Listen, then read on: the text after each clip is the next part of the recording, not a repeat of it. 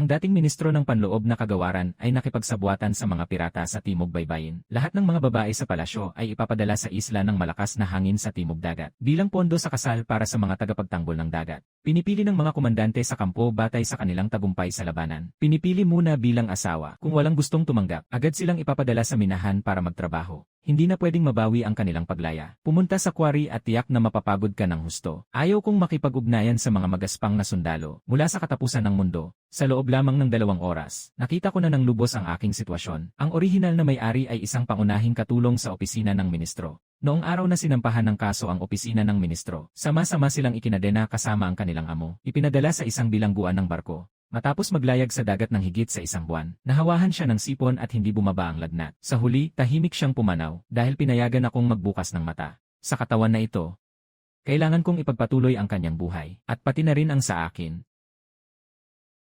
Ngayon, piliin ang pangalan ni June na nakalista at pumili ng tao. Unang kandidato, si Baihu Shengang. Mahina ang hakbang, hindi matatag ang postura. Lakso ang kalamnan. Sa panahon ng katapusan, ginagamit ang mga resources para sa mga dekorasyon. Para sa mga bulaklak na unan na pinalamutsyan, hindi makakaligtas sa unang episode. Si Shen Baihu ay may mahinang katawan.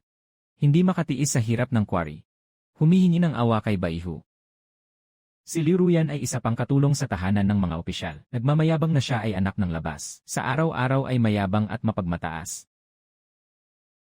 Talagang isang kaakit-akit na bulaklak na kailangan ng pag-aalaga. Sisiguraduhin kong may 3 pagkain ka araw-araw. Kaya pa rin gumawa ng puting tinapay na pandesal. Si Shengang at ang akusadong babae na si Liu Ruyan. Liu Wangshua. Huwag kang magalit sa ate mo na nauuna. Ate ko, napakadelikado ng buhay ko. Talagang hindi ko kayang magtiis ng hirap. Pinapahalagahan ako ni Shen Baifu. Ito ang aking kapalaran. Itinuro sa akin ng huling panahon, huwag sayangin ang enerhiya sa mga patay o mga hangal. Ang kampo ng dagat ay ang pinakaunang linya ng depensa laban sa mga pirata. 100 tao, walang armas, walang pagsasanay sa katawan, nangangalawang habang nagmamalaki. Hindi ito tungkol sa pagnanakaw ng sweldo ng mga sundalo. Isang mapagkunwari na nag-aalaga sa mga makapangyarihan. Akala ni Liu Ruyan ay nakakuha siya ng gintong binti. Ngunit sa totoo lang, siya ay nagiging pakete ng dugo para sa iba. Sa pulo na ito na may malupit na batas ng kaligtasan, hindi ko kailangan ng mapagkunwari na marunong magpahira ng pamaypay. Kailangan ko ng isang tangke. Isang makapangyarihang makakatulong sa akin. Gamit ang ganap na lakas at kalamnan bago ako makabawi. Pinakamalakas na halimaw na pumipigil sa matinding hangin at alon. Namumuo ang mga ugat sa mukha, malalaki ang mga buto sa daliri. Ito ay mga bakas ng matagal ng paghawak ng mabibigat na sandata. Hoy, ikaw na masama at walang pakiramdam. Ikaw na, pili na agad. Nagmamadali ka pa. Kung hindi ka pipili, sasaktan kita ng diretsyo. Itapon sa minahan para maghukay ng bato. Para bang nakalito ang babaeng ito? Bakit siya nakatutok kay Huye? Siguro naibigan niya si Huye dahil matangkad siya. Talagang walang utak na dalagang taga-Peking. Hindi niya alam na sobrang mahirap ng Hu family. Kahit na kailangang umiyak habang umaalis. Kasi ang ama ni Huye ay namatay sa digmaan 2 taon na ang nakalipas. May isang matinding bulag na ina sa bahay. Kasama ang isang pares ng mga kapatid na bata. Lahat ng kanyang sweldo sa militar ay napupunta sa walang hangganan. Araw-araw ay kumakain siya ng itim na tinapay at hindi pa rin busog. Ang magandang batang babae na ito ay sumama sa kanya. Hindi lalampas ng 3 araw ay mamamatay na sa gutom. Mahalaga ang damdamin at pagkakaibigan. May pananagutan. Sa lugar ng pagkawasak ng kaayusan, isang lalaking handang magsikap para sa kanyang pamilya ay tiyak na mas maaasahan ng 1,000 beses kaysa sa makasariling kayabangan ng mga Peking lalaki tulad ni Shengang. Ay nako, Liu Wangshu. Kahit na maghanap ka ng kusinero, mas mabuti pa kaysa sa pumili ng isang pulubing hindi makapagpakain. Tingnan mo kung gaano kabuti sa akin si Shen Lang. Ang pinong puting manto na ito. Hindi mo na siguro matitikman muli sa buong buhay mo. Nang lumapit ako, ay saka ko lang nakita ang kanyang mukha. Ito ay isang mukha na puno ng mga linya. Malalim at may tatak ang mga tampok. May bahagyang peklat sa kanyang kilay, na hindi naman nagbigay sa kanya ng pangit na anyo. Sa halip ay nagdagdag ng isang ligaya na mahirap tamed na matibay na aura. Sa mga makitid at itim na mata na yon, walang ibang pagkasakim na malagkit at masama tulad ng ibang mga sundalo. Tanging malamig at matigas na katahimikan tulad ng malalim na dagat. Gusto ko siya. Hahaha. Palitan na lang ang tao. Ayaw kita. Bakit ayaw? Ako si Huye, isang mababang antas na tao. Malaki ang aking kinakain. Kahit 8 pirasong tinapay, hindi sapat. May ina at mga kapatid pa akong dapat suportahan. Kung susunod ka sa akin, mamamatay ka sa gutom. Hindi ko kayang buhayin ang isang prinsesa galing sa Beijing tulad mo. Sino ang nagsabi sa iyo na nandito ako para ipabuhay sa iyo? Huye, makinig ka sa akin. Ayaw kong ipabuhay mo ako. Walang problema kahit marami kang kinakain. Marunong akong manghuli ng isda. Marunong akong magluto, marunong akong kumita ng pera. Mula ngayon, hindi lang kita papakain ng walang bayad. Gusto ko pang siguraduhin na ang buong pamilya mo ay kakain ng karne. Baliw ba ang batang ito? Nabulag ba siya sa init ng ulo? Alam ba niya kung gaano karaming pagkain ang kinakain ni Huye? At sinasabi pa niyang gusto niyang makatikim si Huye ng karne.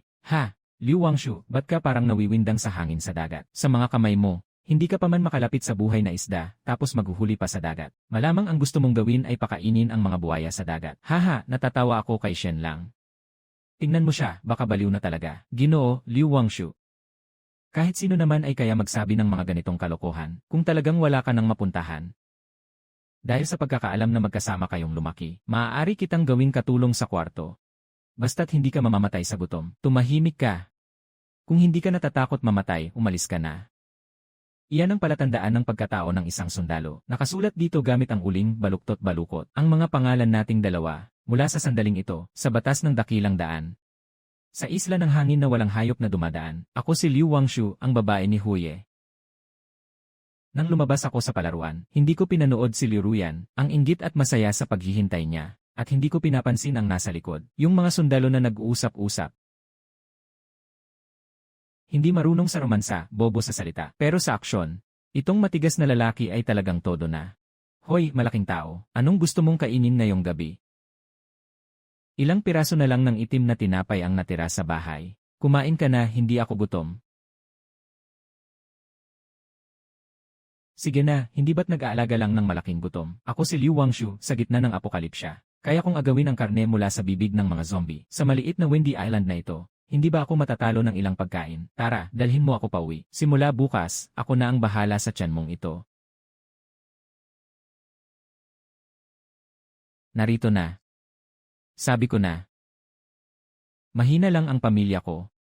Walang problema, basta makakapaligid sa amin. Sa katapusan ng mundo. Noong nasa probinsya ako, mas mahirap pa sa lugar na ito ang nakuha ko na. Kuya, dumating ka na. Ajun, ayu. Ito si Liu Wangshu. Mula ngayon, siya na ang inyong nakatatandang hipag. Nakatatandang hipag. Si Huye ay nagdala na ng asawa. Nanay, huwag kang gumalaw. Nagdala na siya. Napakaawa naman sa ganitong malamig na panahon. Bakit ganito kaunti ang suot? Yung mga salot ng mga opisyal. Talagang hindi nila tinitingnan ang tao bilang tao, John. Mabilis, hanapin mo yung damit na nakatago sa ilalim ng aking aparador. At magpainit ka ng mainit na tubig para makapaghugas ang iyong hipag. Para mawala ang lamig. Sa panahon ng katapusan ng mundo, labis ang kakulangan sa mga materyales. Kahit na ang isang piraso ng amag na tinapay ay maaaring magdulot ng labanan. Bagong dating. Akala ko ay haharapin ko ang mga pagsubok o malamig na tingin. Pati na rin handa na akong makipagsapalaran sa masamang biyenan. Ngunit hindi ko inasahan na ang sasalubong sa akin ay ganitong walang kaplastikan na pag-aalala. Nanay, iyon ay noong kabataan mo. Huwag nang magdaldal, ang damit na iyon ay itinatago ko para sa anak. Kung may mangyari sa iyong hipag, tingnan mo, hindi kita papatawarin. Kahit na ito ay magaspang na tela, pero malinis na malinis ito, may mga pinagtahing butas na maayos pa nga. Makikita mong ito na ang pinakamahalaga. At pinakamaayos na bagay sa bahay na ito. Salamat, inay. Ay, mabuting bata. Mabilis, maghugas ka at magbihis. Kakain na tayo agad. Ay. Sa apat na butas na mabibigat na mangkok ay may nakalutong hindi kilalang damo na naglalabas ng nakakagimbal na amoy. Nasa gitna ng mesa ay may isang tumpok ng itim na bagay. Matigas na parang bato ang itim na tinapay, at ang tanging may tuturing na ulam ay isang maliit na platito na naglalaman ng isang maliit na piraso ng mahalagang tuyong isda. Ang tuyong isdang iyon ay kasing lapad ng 2 daliri, nakapanghihinayang na payat, mayroon pang patong na puting magaspang na asin, walang masyadong magaganda sa bahay. Kumain ka na. Grabe, parang pwedeng gamitin bilang armas itong tinapay. Hindi lang matigas, nakakabasag ng ngipin. May halo pang hindi pinulbos na butil at buhangin, mas mabuti ng ibabad para lumambot.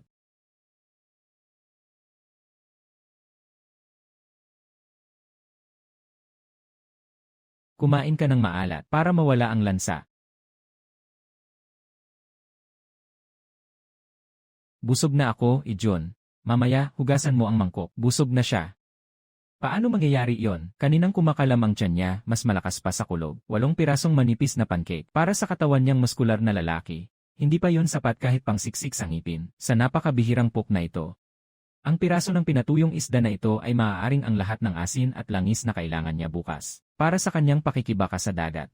Ngunit hindi siya nagdalawang isip na ibigay ito sa akin, sa taong hindi pa niya kilala ng 3 oras, na nag-aangkin na siya ang mag-aalaga sa kanyang murang asawa. Napakasal at napakabango, may kaunting mapait pa. Ngunit sa sandaling nilunok ito, pero sa tingin ko, ito ang nakakapagpainit ng puso na pagkain na natikman ko sa 2 buhay. Ate, huwag mong maliitin ang kuya ko. Mabait talaga ang kuya ko. Medyo mahirap lang at medyo tanga siya. Sino bang nagsabing maliitin ko siya? Simula bukas, pakakainin ko ang kuya niyo ng karne hanggang sa sumuka siya. Ang 3 sirang bahay ng pamilya Ho ay may kabuang 2 higaan lamang. Si Auntie Feng ay kasama si Ayu sa loob ng kwarto. Si Ijun naman ay sanay na kinuha ang isang lumang kutson at pumasok sa silid na may butas ang pader. Samantalang ako ay natural na inatasan na matulog sa tanging lupaing higaan sa pangunahing kwarto. Ako at si Huye ay parang nasa dayuan chow na, mga mag-asawa na naglakbay sa ilalim ng batas. Matulog ka sa ibabaw ko, hindi ako natatakot sa lamig. Ayos lang na matulog sa sahig. Sa ganitong lugar ng pagpapaalis sa dayuan, madalas na gumagastos ang mga sundalo ng ilang barya para bumili ng babae para sa kanilang pagnanasa. Ngunit ang bagong asawang ito na mura ay pumili pang matulog sa sahig sa kanilang legal na gabi ng kasal. Hoy, malayo ka sa akin. Takot ka bang kainin kita? Kaka-arrive mo lang ngayon.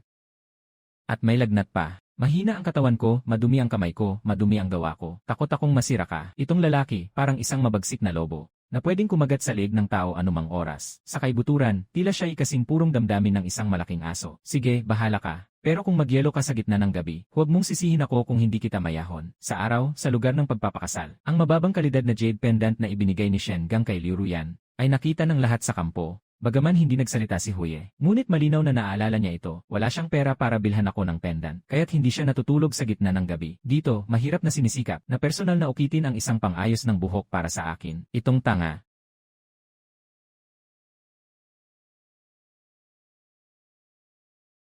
Ang mga salt marsh properties ng Wild Wine Island, kasama ng maalat na amoy ng piniritong isda sa gabi, parang nasusunog ang lalamunan ko. Sa katapusan ng mundo, ito ang aking panghawakan. Kaya kung makipagsapalaran sa hari ng mga zombie, at dalhin ang lahat sa kapahamakan, ito ang aking pinakamalaking baraha. Pagdating ko rito, akala ko ang supernatural na kakayahang ito ay nawala na kasama ng mahina at may sakit na katawan ng orihinal na may-ari. Pero ngayon, sa sandaling humawak ako sa tubig, ang matagal nang nawalang enerhiya, bagamat mahina tulad ng natitirang kandila sa hangin, ngunit tiyak na narito, na bumangon sa aking mga meridian. Mayroon na akong kakayahan na makita ang karagatan, at ang kakaibang kakayahan na kontrolin ang tubig. Ang lugar na ito para sa iba sa dakilang Yuanchao ay isang lugar ng kamatayan, ang pagsubok ng hangin sa isla. Para sa akin, si Liu Wangshu, ito ay parang isang makina ng pag-withdraw ng super blind box na puno ng ginto. Liu Ruyan o Liu Ruyan, akala mo ba'y nakasandal ka na sa hita ni Shen Gang, na makakain ka na ng masarap araw-araw? Bukas, ipapakita ko sa'yo kung sino talaga ang kumakain ng mga tira-tira. Sino ang bumababa sa antas?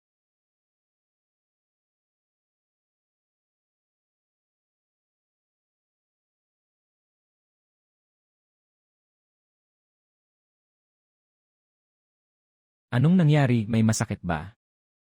Wala, uminom lang ako ng tubig. Huye, naniniwala ka ba sa akin? Ikaw ang asawa ko. Siyempre, naniniwala ako sa'yo. Bilang karagdagan sa hindi ka maiiwang nagugutom, wala na akong maibigay sa'yo. Hindi mo na kailangan ibigay. Bukas ay malaking pagbaba ng tubig. Pahanap mo kay Jun ang pinakamalaking kawayan sa bahay. Bukas ng gabi, hindi lang kita pakakainin ng sapat, kundi pakakainin pa kita ng pinakamahusay na seafood feast ng Wild Wine Island. Sige, bukas pagkatapos ng klase, pupunta ako sa tabing dagat para sunduin ka. Malamig ang hangin sa tabing dagat. Mag-ingat ka. Huwag kang mahulog sa dagat. Mahulog sa dagat, din. Anong kalokohan yan? Ang dagat na ito ay magiging hardin ko, si Liu Wangshu. Si Huye bilang isang daang bahay, kailangan mong mag-ehersisyo sa palaruan sa umaga. Iyon ay galing sa kanya kagabi mula sa sarili niyang walang ilalim na tiyan. Gago niyang matangkad na ito. Akala niya ba nasusunod ako sa utos na kumain ng bato? Ali, huwag kang magulo. Kunin mo lahat ng bagay sa bahay na pwedeng gamitin. Ang ate mong babae ang magdadala sa iyo sa yaman. Ate, saan tayo pupunta ngayon? Manghuhuli ng isda at kumain ng karne.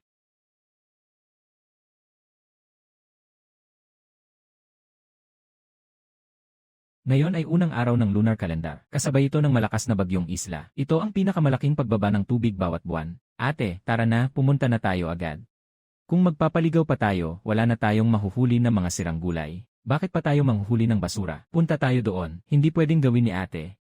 Malalim ang tubig at may mga batong nakatago. Malakas ang alon. May mga halimaw sa dagat na kakain sa tao. Noong nakaraan, maraming magagaling sa tubig sa kampo. Magaganda nilang mga tito at tita ang pumupunta doon para manghuli ng isda. Lahat sila ay nasalo ng alon. Hindi na siya bumalik. Hindi tayo pwedeng pumunta. Huwag kang mag-alala, nandyan ang ate. Kahit na si Haring Dagat ay darating, kailangan niyang sumunod sa atin. Sa katapusan ng mundo, ang kayamanan ay laging hinahanap sa panganib. Lalo na't hawak ko ngayon. Ang pisikal na cheat na may buong pananaw. Yaman na ito para sa mga karaniwang tao ng Dayuan Chow. Hindi nila alam kung ano ang nakatago sa ilalim ng putik na ito. Kailangan lang umasa at maghukay ng walang tiyak na layunin. Pero sa aking paningin, ito ay malinaw na, mga nakapresyong blind box. Ate, wala namang anuman dito. Tumingin kang mabuti.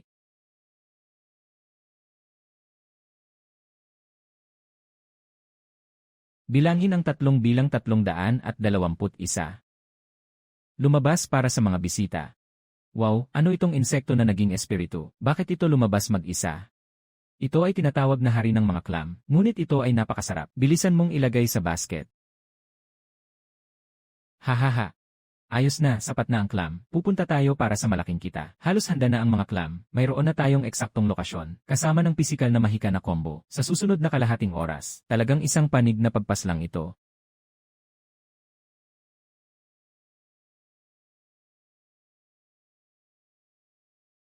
Sa aking kakayahang pangunawa. May isang napakalakas na puwersa na nagkukubli doon, malakas na pulang enerhiya na liwanag.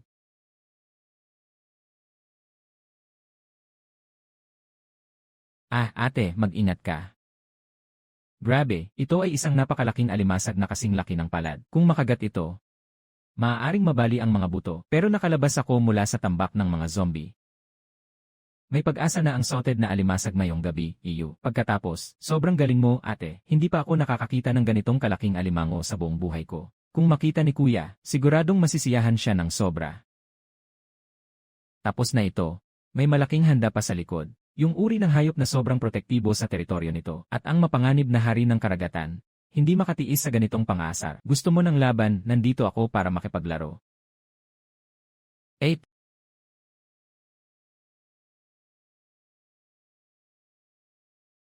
Ate, ito ba ang pagkuha natin sa mga alaga ni Ginoong Dragon? Ano ito? Tara, umuwi na tayo at magluto. Ngayong gabi, ipapakita sa inyo ng nakatatandang kapatid na babae kung ano ang tinatawag na buhay ng Diyos. Haha! Titay John, lumabas ka na at tumulong. Ay nako, aking mga ninuno, saan kayo nagpunta? Ang hangin mula sa dagat ay nakakaloka, huwag kayong magpabaya. Atergy, tingnan nyo. Dinala ako ng ate ko para nakawin ang bahay ng hari ng dagat. Ang laki ng alimango, at ito, napusit. Diyos ko, siguradong may 5-6 na kilo ito. Ate, nagpunta ba kayo sa malalim na pampang? Ate at kuya, maraming paalala at babala. Sinasabi na malakas ang alon doon at nakakain ng tao. Ano nang kinakain ng tao? Ngayon, tayo na lang ang makakakain sa kanya. Huwag nang mag-aksaya ng salita. Ilagay mo na ang mga seafood dito. Banlawan ng tubig mula sa balon. Ate, anong mga sangkap pa ang meron sa kusina natin? Ngayon, kakain tayo ng masarap para makabawi sa katawan. Ilan kaya ang kailangan ibenta para dito? Ito, show, ay talagang magandang bagay. Masyado lang tayong sayangin kung tayo ang kakain nito. Hintayin mo ang iyong asawa na bumalik para makakuha siya ng ilang magaspang na butil sa bayan. Ano ang ipapalit sa magaspang na butil? Sa susunod, sapat na ang mga butil sa bahay natin. Sapat din ang karne. Tita, makinig ka sa akin. Ako na ang magluluto ngayong gabi, yung sa ilalim ng pader. Si Ijun ay nagdala ng mga pinatubo niyang sibuyas at bawang. Dapat sana'y itabi ito para sa taglamig. Kunin mo na at gamitin mo. May kalahating kutsara ng mantika sa lata.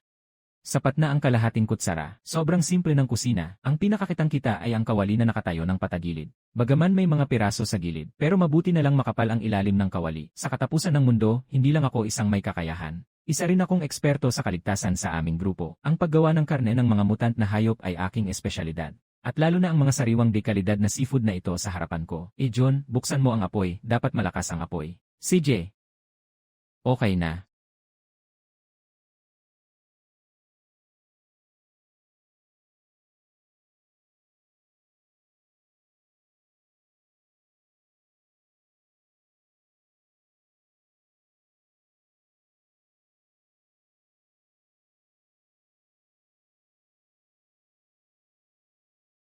Tatlong malaking putahe. kahit na ang mga pampalasa ay sobrang simple. Ngunit sa aking tumpak na kontrol sa init, talagang nagawa niya ang hitsura ng isang Michelin na chef. Halos maubos na ang seaweed sa bahay. Pumunta siya sa baybayin ngayon, sana hindi siya magkaproblema. Yung mga babae sa mababaw na bahagi ng dagat nag-agawan sa mga sirang kabibe. Pero makakatusok sila sa mukha. Ano ito? Anong amoy? Kuya, ikaw na nga ang nakabalik. Mabilis, maghugas ng kamay, sabi ng nakatatandang kapatid na babae, kailangan ng pamilya na. Maging maayos bago kumain. Halos mamatay na ako sa gutom dito. Bakit ka nakatayo dyan? Naghihintay bilang tagapagtanggol ng pinto. Maghugas ng kamay at kumain. Saan galing ang mga ito? Dinala ako ng nakatatandang kapatid na babae sa malalim na tubig at mga bahura para manghuli. Ang ate ay talagang magaling. Isang hawak, tiyak na tama. Pumunta ka roon. Alam mo ba na may mga namamatay roon? Para lang makakain, isinusugal mo na ang buhay mo. Tumahimik ka at tikman mo. Sarap na sarap. Kung masarap, umupo ka at kumain. Sa bahay na ito, ang mga bagay na nakuha ko, si Liu Wangshu, ay malinis at may dahilan para kumain. Ay!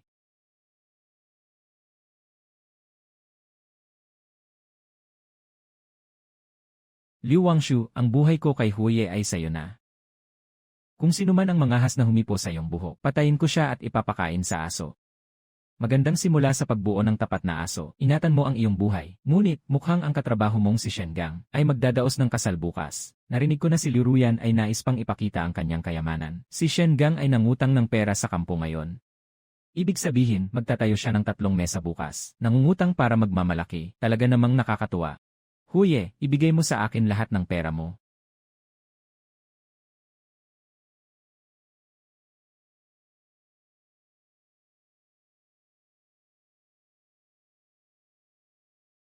John, bukas manghiram ka ng kariton. Ang asawa mong babae ang magdadala sa iyo sa bayan para mamili. Sa kasal bukas, gusto kong ipakita sa mag-asawang hayop na yon kung ano ang tawag sa isang matinding pag-igting. May isang hindi nakasulat na patakaran sa Coastal Defense Battalion sa Windy Island. Bagong kasal na mga sundalo, kailangan nilang magdaos ng salu-salo sa kampo para imbitahan ang mga kasamahan na uminom. Doon lang itinuturing na opisyal na naipasa ang kasal. Narinig mo na ba? Si Shen at si Ho ay nagdaos ng salu-salo sa parehong araw. Yare, totoo ba yon? Sadyang pinili nilang magkasabay ang mga petsa. Hindi ba't halata na gusto ni Shen Gang na makipagtagisan kay Huye? Pareho silang mga daang bahay. Karaniwan, ipinagmamalaki ni Shen Gang na siya ay isang tao ng kaalaman. Lagi niyang iniisip na siya ay higit sa iba, samantalang si Huye ay umakyat. Sa pamamagitan ng kanyang mga tagumpay na walang takot, si Shen Gang ay matagal nang nagalit sa inggit. Sa pagkakataong ito, malinaw na nais niyang gamitin ang okasyon ng kasal upang talagang tapakan si Huye sa harap ng lahat. Ay naku, sabi ng aming Shen Lang. Ngayon, darating ang Ginoong Qianhu para makipagkita sa atin. Talagang gumastos siya ng malaking halaga para mamili sa bayan. Hindi tulad ng ilang tao, na ang pamilya ay napakamahirap. Mukhang hindi man lang makabuo ng maayos na pagkain sa mesa. Kailangan lang bigyan ang mga bisita ng sabaw ng kelp. Ate, huwag kang makinig sa mga sinasabi niya. Si Shen Gang ay kilalang kilala na matipid. Gusto kong makita kung ano ang mabibili niya. Pagbalik niya, anong mga espesyal na pagkain ang dala? Ibigay mo.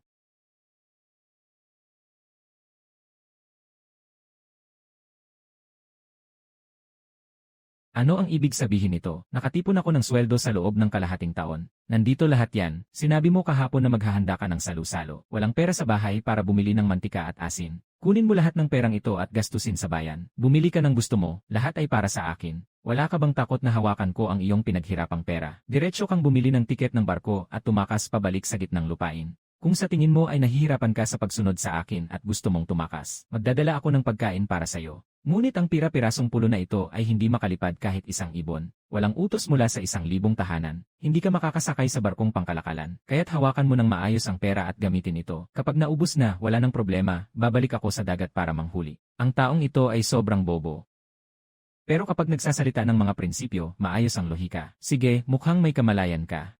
Si Ejun ay pupunta upang manghiram ng kariton. Sasamahan ka ng nakatatandang kapatid sa bayan para mamili. CJ.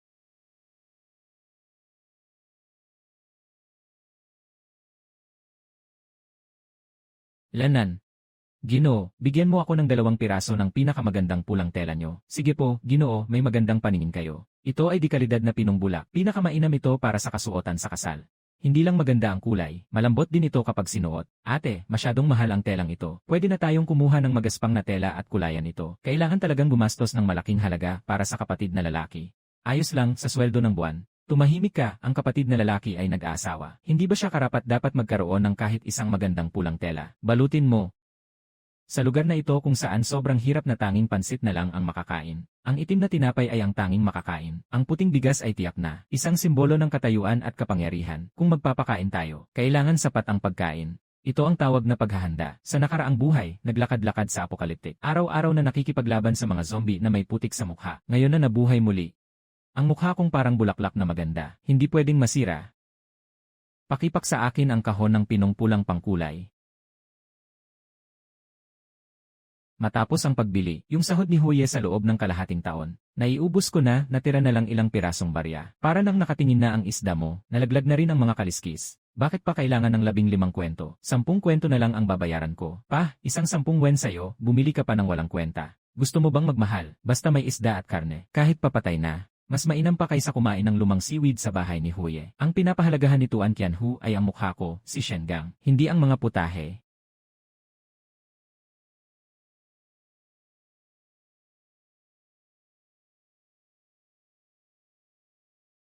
Shen lang, ito ang mga sangkap at mga paborito mong pagkain. Maliit na ang boses, alam mo ba, mahal na mahal ang isdang ito sa dagat. Kahit patay na, kakainin pa rin. Yung pang-ukit na ito ay porma lang. Dapat ang pera namin ay gamitin sa mahalagang bagay. Balang araw, tataas ako sa posisyon bilang isang leader. Walang anuman na hindi ko magagawa. Diyos ko!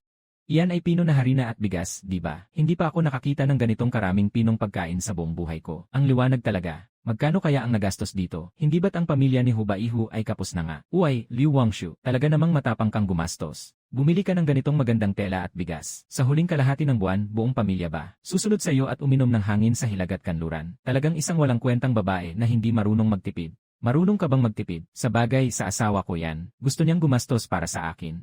Gusto kong bumili. Ikaw ba ang may karapatang magdikta? Ikaw naman, Liu Ruyan, ang magandang asawa mong may malaking kinabukasan. Ipapakita mo sa iyong bagong kasal na salu-salo. Para sa mga bisita, kumain ng amoy patay na isda. Kung mapasasama ito, baka sumakit ang tiyan ni Daye. Hindi pa nila alam, akala nila, na ang Shen pamilya ay nagbabalak na pumatay kay Shangguan. Ikaw, nagsisinungaling ka lang. Bakit ka pa nagkukwento, hindi ka ba nahiya? Sumama ka sa akin, mag-apoy tayo. Hahaha.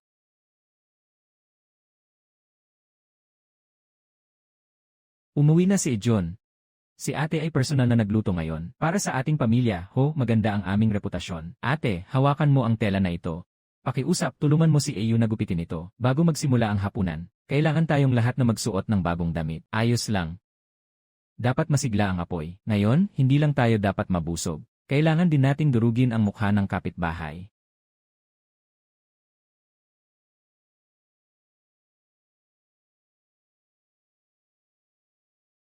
Kahit na medyo kulang ang pagkain, ano ngayon, nandyan pa rin si Ginoong Qianhu sa pangunahing mesa ng bahay namin. Yung batang babae sa kabila, siguro ay naghahain ng isang plato ng wild na isda. Habang nakatingin sa mga kalalakihan sa lupa, kapag tumaas ang posisyon ni Shen Lang sa hinaharap, tingnan ko kung paano ko mapapalaya si Liu Wangshu sa ilalim ng aking paa. Ginoo Qianhu.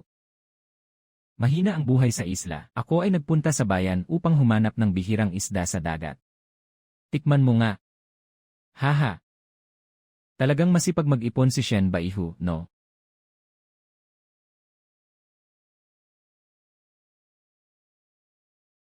Lanan. Ano ng amoy to?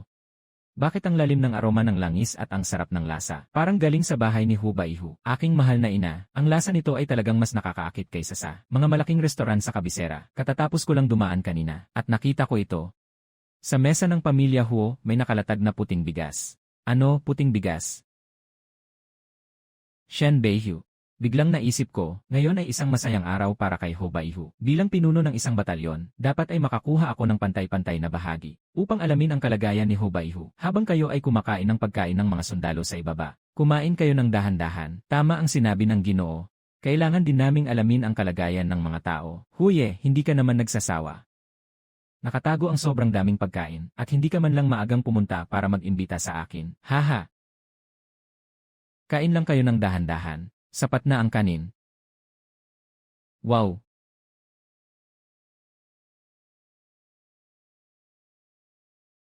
Lene. Haha! Liu Wangshu, mauwang kan. Ay! Ito ay isang napakahusay na pulang koral. Kung ilalagay ito sa pawn shop sa bayan, kahit isang dosena, hindi bababa sa ilang putsiling pilak ang halaga nito. Huba ihu, inilalagay niya na ang kanyang buhay dito. Hahaha. Maganda ba?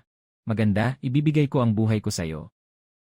Sino mang mangahas na pasakitin ka sa hinaharap, patayin ko siya. Hahaha. Ay.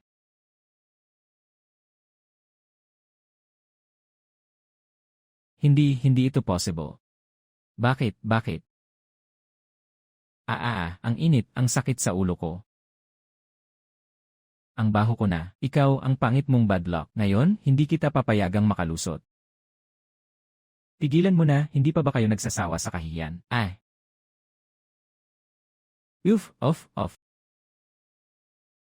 Mga bagay na ito sa mababaw na tubig, kahit na makakabusog. Ngunit hindi ito nagkakahalaga ng malaki. Sa pulo ng hangin na ito, hindi sapat ang basta makabusog para mabuhay ng matagal. Kailangan nating magtayo ng sariling imperyo sa negosyo. Ang mga bagay sa paligid ng Huye ay hindi sapat para yumaman tayo. Bukas, manghihiram tayo ng bangka.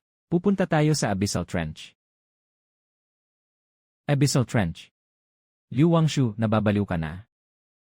Ang lugar na iyon ay palaging may malalakas na agos. Ang ilalim ng tubig ay kasing itim ng tinta. Kahit ang pinakakaranasan ng mga mangingisda sa isla ay hindi nagtatangkang lumapit sa paligid. May mga halimaw sa dagat na kumakain ng tao sa loob. Isang taon, hindi alam kung ilang malaking barko ang kailangang ilipat. Alam mo ba kung paano isulat ang salitang kamatayan? Huye, tingnan mo ito. Ngayon, panalo tayo sa mukha. Napahiya natin ang pamilya Shen. Pero ano naman ang tungkol kay Lizzie? Itong ilang tanso na ito.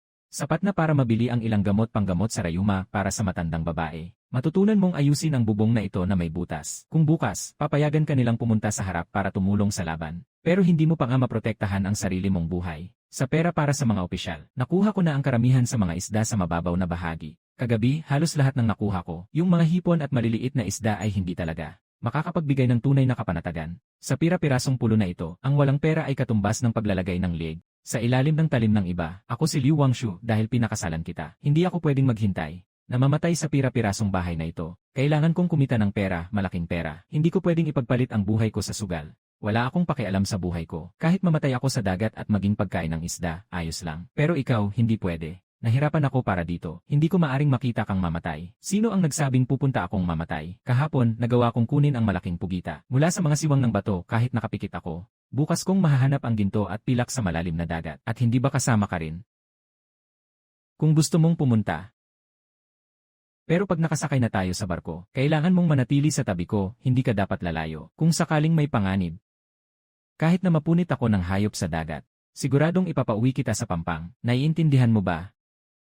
Nakuha na, matapos ang isang buong gabi ng sapat na tulog, maliwanag kong nararamdaman na ang katawan kong dati mahina ay mabilis na umaangkop. Mas nakakagulat pa, ang kakayahan kong may kaugnayan sa tubig mula sa apokalipsis ay tila hindi ko namamalayan na umuunlad. Basta't medyo mag-concentrate ako, ang saklaw ng aking pandama ay lumawak ng isang beses kumpara kahapon. Kahit na kayang makuha ang mga alon na mas malalim na mga panginginig. Tara!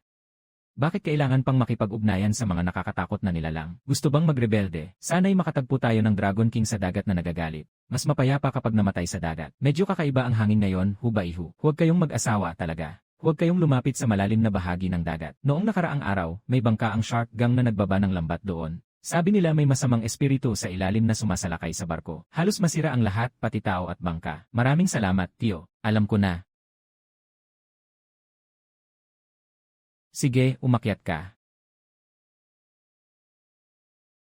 Humawak ka ng mabuti.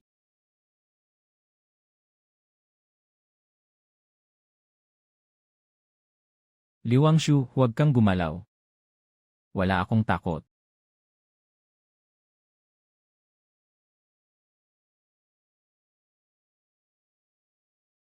Sa kanan ni Huye, may malaking bagay sa ilalim ng tubig na umaakyat.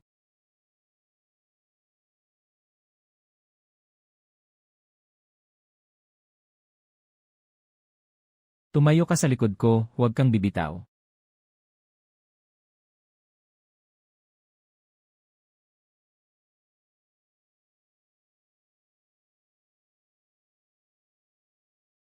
Kapit ang bangka, huwag bibitaw. Gusto ni Huye na wasakin ang bangka. dahil sa kanyang kakayahan sa pandama. Malinaw kong nararamdaman na ang malaking isda na yon ay umiikot sa ilalim ng tubig, muling nagpapalakas, handa nang umatake ng pangalawang nakamamatay na bangga. Sa depensa ng sirang kahoy na bangka na ito, muli na naman, tiyak na magkakabasag-basag ito. Sa oras na yon, sa madilim na kailaliman ng dagat, kahit na mayroon akong kakayahang tubig, hindi ko rin tiyak na maiiwasan ang kapahamakan ng dalawang tao. Itong batang walang modo, nagmumuskel sa bangka ko, nangangambala sa asawa ko. Sa bangka, siguradong magkakabasag-basag ito. Huye, anong ginagawa mo? Asawa, ingatan mo ang bahay. Aalis ako, babalik din agad. Kung sakaling mahulog ka sa tubig, sa uwi, talagang babalutin kita sa kama. Baliw ka, ikaw na isang tunay na mangmang.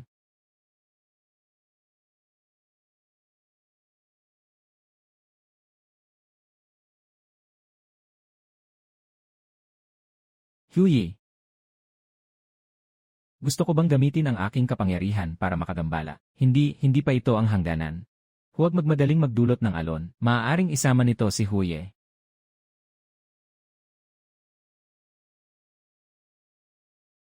Mamatay ka, hayop.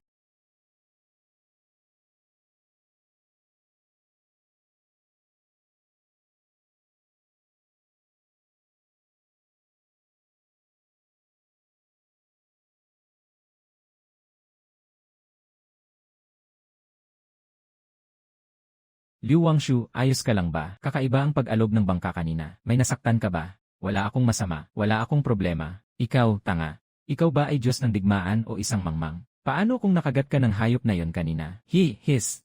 Matigas ang laman ko, hindi ito makakagat. Saka, hindi ba't sinabi ko na yon kanina? Nangahas itong takutin ang misis ko. Kailangan kong patay nito. Sige na, tigilan mo na ang pagpapakita ng iyong lakas. Mahigit 300 libra ng mutated na nilalang mula sa dagat. Kapag nahila natin ito sa kampo, siguradong makakakuha tayo ng 100 libra ng magandang karne. Ang pagsisikap natin ngayon ay sulit na sulit. Ang dahilan kung bakit nagalit si Huye kanina. Siguro ay para protektahan ang mga bagay sa ilalim. May malaking kayamanan dito, ano ang gusto mong gawin? Liu Wangshu, ano ang gusto mong gawin?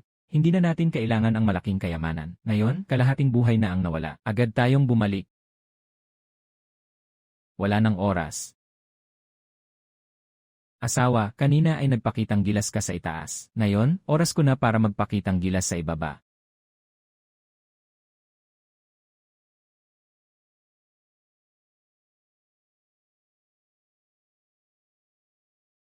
Ito ay isang uri ng dugo ng korales na may taas na kasing taas ng tao, na may dalawang kulay at mahigit 100 taon na. Talagang napakalaking swerte ito. Haha, kahit na sa nakaraang buhay ko sa katapusan ng mundo, hindi ako nakipagkalakalan ng alahas. Alam ko na ang karaniwang pulang korales ay itinuturing na kayamanan ng imperyo at ang ganitong uri na umabot ng 100 taon kahit na nangyari. Naglabas ng dalawang kulay na dugo ng koral. Sa panahon ng matinding kakulangan sa supply sa Great Abyss Dynasty, talagang isang napakahalagang yaman na sobrang mahalaga. Matapos makuha ito, sa aming bahay sa Windstorm Island kahit sa buong bayan, kaya naming maglakad ng walang takot. Liu Wangshu.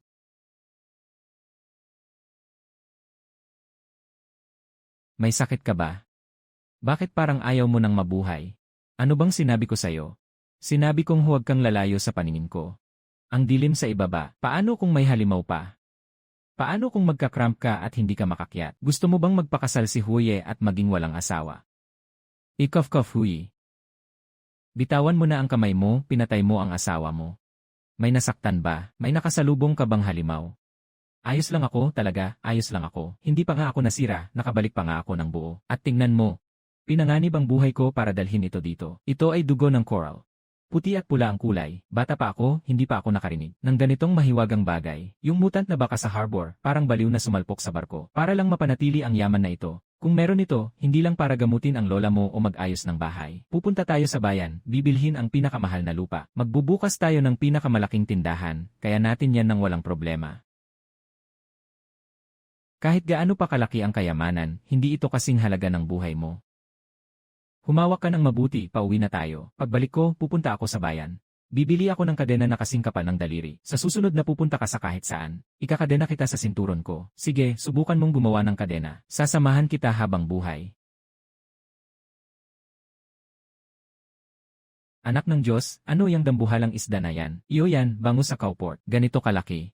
Siguradong nagbago na yan. Gaano karaming tao ang kinakain para lumaki ng ganito?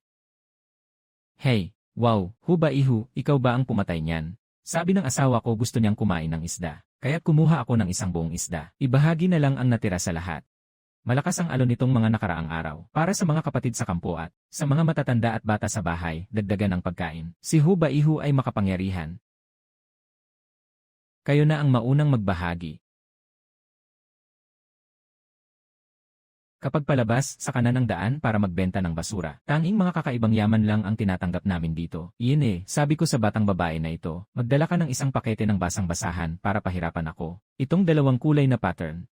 Kahit ang langit, kahit ang mga pinuno sa kabisera, hindi siguro magkakaroon ng ganitong perpektong kalidad. Tignan mo, huwag mo nang subukan, magtakda tayo ng presyo.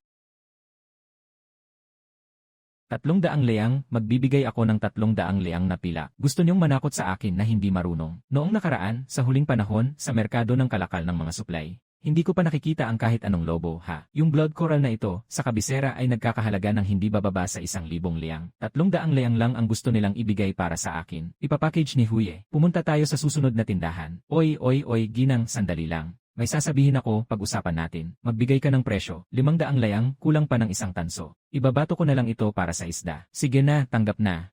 Asawa, ang galing mo talaga. May nangyayari.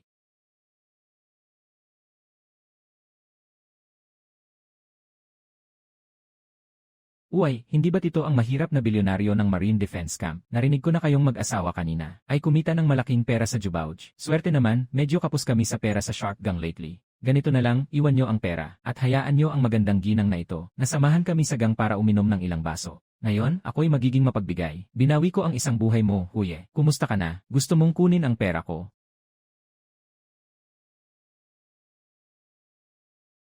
Gusto mo pang saktan ng asawa ko? Kung ganun, gamitin mo ang buhay mo bilang kapalit. Ayaw makinig sa mabuting paanyaya, kakainin mo ang masamang inumin. Mga kaibigan, putulin niyo siya. Ay! Naghahanap ng kamatayan. Hey! Ang kamay ko.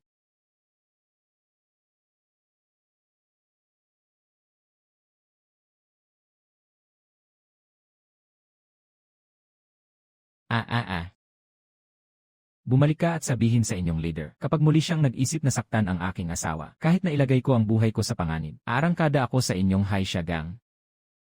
Hindi ka ba natakot sa misis? Liray, mga mababahong kamatis at bulok na itlog lang ito. Paano ako matatakot? Tara na, mahal. Sama ka sa akin sa munisipyo. Anong isusumbong? May malaking bagay tayong gagawin. Ikaw, bibili kayo sa hilaga ng Windy Island, yung mabatong asin at asin na lupa. Walang kahit isang damo doon. Pati mga ibon ay hindi na nga nagtatay doon. Punong-puno ng puting asin at putik na basag-basag. 1 hektarya niyan ay hindi man lang katumbas ng 10 tanso. Bakit kayo magbabayad ng ganyan kalaki? Hindi na kailangan pang mag-abala ang matanda. Ako na ang bahala sa buong lupa na ito. Sabi ng asawa ko, bilhin na lang natin ang kontrata. Ay!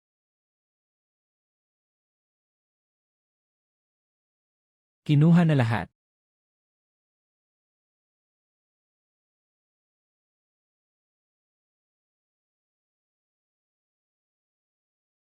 Uy, saan ka nang galing, nagloko at nakapanghuthot ka pa, kumita ka pa ng malaking pera.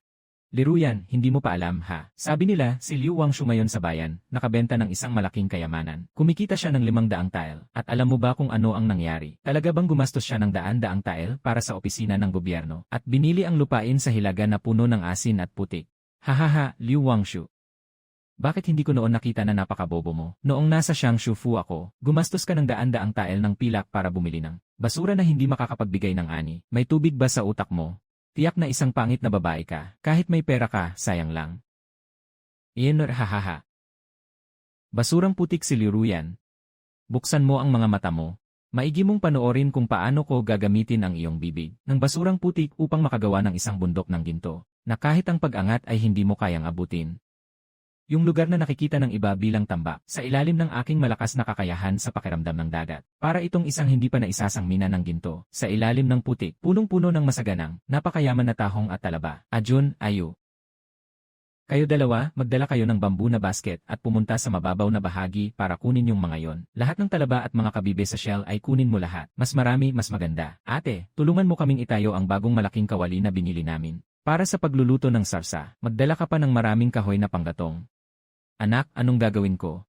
Ikaw ang malakas. Pwede kang magputol ng mga kahoy na yon. Bigyan mo ako ng ilang kahoy na patuyong istante. Dapat matibay, kaya nitong tiisin ang hangin mula sa dagat. Sige, tingnan mo ang akin.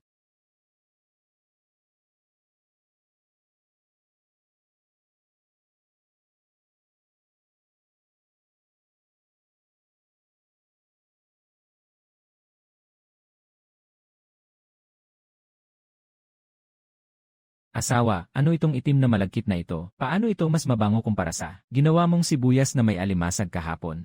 Ito ay tinatawag na tradisyonal na oyster sauce. Kailangan lang maglagay ng isang patak habang nagluluto. Kahit na nagluluto ng piraso ng balat ng puno, maaari itong maging masarap na pagkain. Ito ay tinatawag na ginintuang abalon. Ito ay ang pinakamagandang klase ng scallop. Ang dalawang bagay na ito ay magiging patuloy na puno ng yaman sa ating tahanan.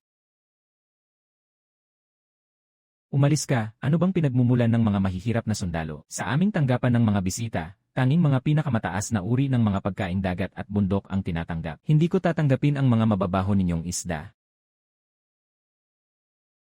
Huwag masyadong siguraduhin ang sinasabi ng may-ari.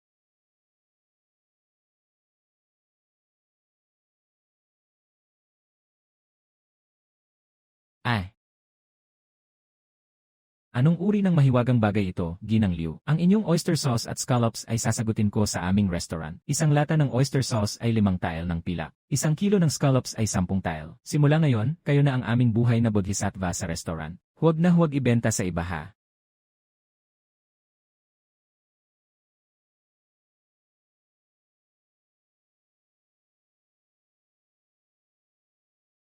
Anong karapatan ng babaeng iyon na makabili ng isang pirasong lupa na parang basura at makagawa ng ginto? Pinili ko si Shen Baihu na may pinakamalaking potensyal. Anong karapatan niyang maging mas mabuti pa kaysa sa isang alilang ibinenta, yan, anong silbi ng pag-iyak mo dito?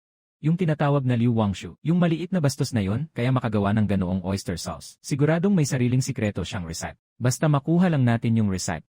O di kaya ay direktang sirain natin yung kalat niya. Tingnan natin kung paano pa siya magmamayabang. Anak, ang ibig mong sabihin ay, bukas, darating na ang unang batch ng mga suki sa kilo. Gabi ngayong hating gabi, magdadala ako ng malaking timba ng pataba sa kanyang taniman. Basta ibubuhos ko lang sa kanyang ilang malaking kaldero. Tignan natin kung ano ang ipapasa niya bukas. Sa oras na yun, hindi niya mababayaran ang mga utang. Hindi papayag ang malaking tagapangasiwa ng bayan na hindi siya maputulan. Naglagay ako ng mga patibong sa paligid ng pagawaan. Ito ay mga nakasabit na bangkang shell na wine chime. May nakatama sa mga ito. May tao na dumating. Anong nangyari? May magnanakaw. Pupunta ako para sugurin siya. Huwag kang kumilos, hindi kailangan ng malaking armas para sa isang manok. Para sa ganitong mga luma at pangit na langaw. Masyado pang marumi para sa iyong kutsilyo kapag may dugo. Nandyan ka lang sa loob at manood ng palabas.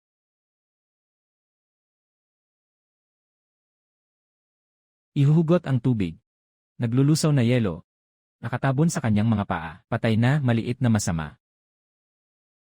Ah.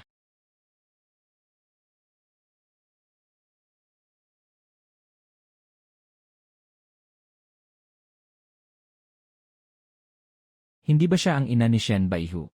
Diyos ko, sa kalagitnaan ng gabi, bakit siya pumunta sa pabrika ng pamilyang Hu? Siguro gutom na gutom siya, naghahanap ng makakain. Anak, ikaw ba'y baliw? Si Liu Ruyan ito, siyong mangkukulam na yun ang nanghikayat sa akin. Sabi niya, basta masira natin ang pagawaan ni Liu Wangshu, magkakaroon tayo ng magandang buhay. Ikaw, mapagsamantalang babae, masama pa. Nawawala na ang mukha ko, Shen Gang, dahil sa'yo. Haha. Shen Baihu, ayusin mo ang mga tao sa bahay mo. Kung may susunod pang mangyari, hindi na dumi ang mahuhulog, kundi sa malalim na dagat para pakainin ang pating. Ang mga paraan ni Liu Ruyan ay ganito lamang kababa. Para makipaglaban sa akin, lumayo ka sa aking kayamanan. Kung hindi, garantisado kung hindi mo na mahahanap ang lugar para umiyak. Hahaha. Sister-in-law, sinabi ni Ginoong Wang ng Yinki Building na iparating ko sa'yo na ang aming oyster sauce at dried scallops ay talagang kamangha-mangha. Sa mga nakaraang araw, ang mga mayayamang tao sa bayan ay nagkagulo para kumain sa kanyang restaurant. Kumita siya ng napakalaki. Sinabi pa ni Ginoong Wang na siya ay yung mga dekalidad na isda na ipinadala ng Hai Siagang noon, itinapon lahat sa kalye upang putulin ang kanilang pagkakataon sa supply. Mula ngayon, ang bayan ay kilala lamang ang tatak ng pamilya Ho. Mukhang may panlasa si Ginoong Wang. Ang mga produkto natin ay talagang natatangi. Yung mga mababahong isda at hipon, hindi sila karapat-dapat na makipagkumpetensya sa aking mga dekalidad na pagkain dagat. Asawa, yung mga taong nasa Sea Shark Gang ay mga taong matagal nang nakikisalamuha sa karahasan, mga taong takot sa mahina at tuso sa malakas. Kapag naputol mo ang kanilang kabuhayan, hindi sila titigil ng basta-basta. Pero huwag kang mag-alala, ako ang bahala, kahit bumagsak pa ang langit, kakayanin ko. Kung susubukan nilang maghanap ng gulo, gagawin kong paglilinis ng basura ang pulo ng malakas na hangin. Naiintindihan ko na, kamay ko, aking general. Nandyan ka, ang aking bantay na halimaw. Ano ang dapat kong ikatakot?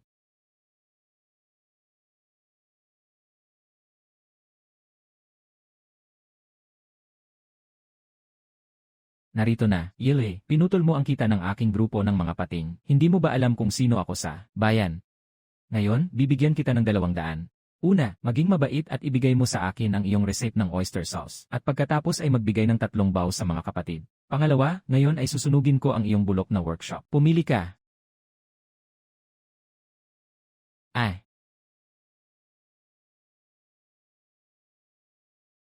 Liu Wangshu, ikaw na walang utang na loob na maliit na tao. Lumabas ka dito. Pumili ako ng iyong lolo.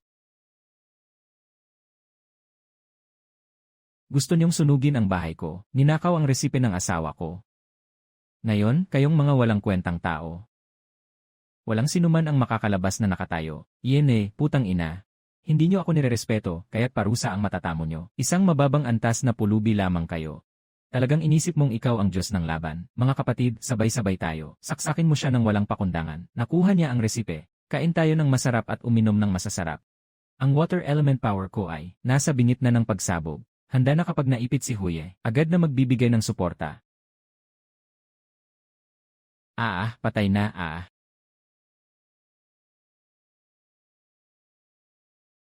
Lanan. Ano ba to, tao pa rin ba to? Ay, ang binti ko. Makakatakas pa ba ako? Ah, uh. Gusto mo pa ba ng resipe? Ayaw ko na, lolo. Apo, nagkamali ako. Hindi ko nakita na ikaw ang pinakamataas. Pakiusap, ituring mo na lang akong walang halaga at palayain mo na ako. Balikan mo at sabihin sa lahat sa bayan. Sa mga nagbabalak na manakit sa akin, ang mga tao sa pamilya Ho. Si Liu Wangshu ay ang aking pinakamalaking kalaban. Huwag nawang may mga haspang manggulo sa kanya. Tinitiyak kong hindi na siya makakakita ng araw bukas. Dalhin mo ang mga tao mo at umalis ka.